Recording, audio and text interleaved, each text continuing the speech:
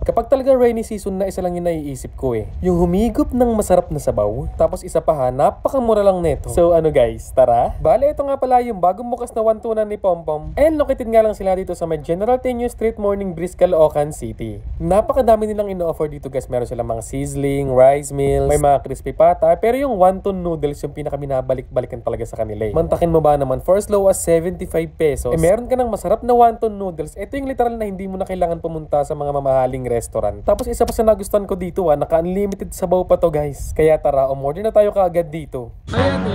Hi sir! Ate, ano pong mga ano nyo dito? Ano pong mga tinitinda nyo? Sisiling tibong, sisiling sirloin, crispy pata. Meron din po kami mga rice meat, pansit sa bilao.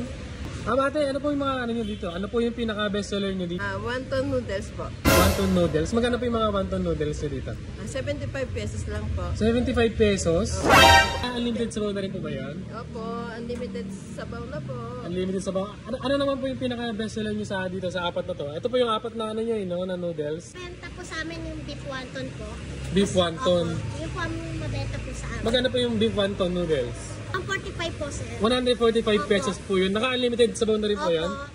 Sige ate, pabili ako ng isang beef wonton noodles, tapos brisket, tapos isang shrimp. Ito bago to no?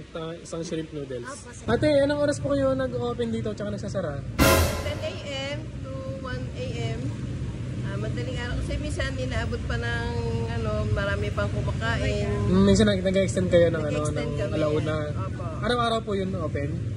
Opo. Araw-araw kayo open dito. Opo. Sige po, thank you. Welcome. So guys, ito yung mga noodles nila dito sa may wantunan ni Pompom dito sa may bagong barrio. Grabe, tignan nyo guys. So, 145 pesos to. So ito yung beef wonton noodles. Ayan, meron siya kasamang beef. And then, of course, meron ding wonton. Tapos, noodles. And then, naka-unlimited sabaw ka pa kapag nag-dining ka dito. Then, ito naman yung ano nila. Ito yung shrimp noodles nila guys. So, 125 pesos yung ganito. So, ayan guys. Try muna natin itong beef wonton noodles nila. Tamang-tama to guys kasi uulan na and kailangan natin makaik ng masarap na sabaw. Oh my god. Sarap. Grabe. Grabe. Sabaw pa lang. Ang sarap. Sabaw pa lang yun guys. Ang sarap niya. Hindi siya, sakto lang yung alat. Hindi siya yung nakakaumay.